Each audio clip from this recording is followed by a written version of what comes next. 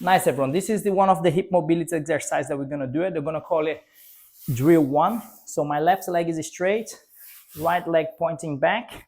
I'm gonna try to keep my toes pointing up and my chest as high as I can.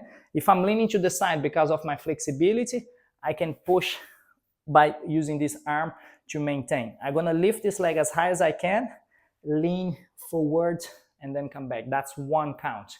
So there, come back. So I do that.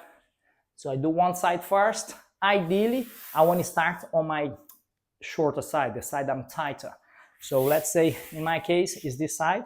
So without the hand, I might not be able to stay stable with my chest up. So I use my hand to maintain. So I lift, go down, lift, go down, lift, go down. Eventually, once I loosen up more, I should be able to go up and do without the hand. So up, without the hand. So build it up, don't rush it through again. You should feel the stretch and the mobility here. If there is any discomfort on your knees or any part of your body, get in touch so I can adapt and give you another drill. I hope that helped, and I see you on the next one.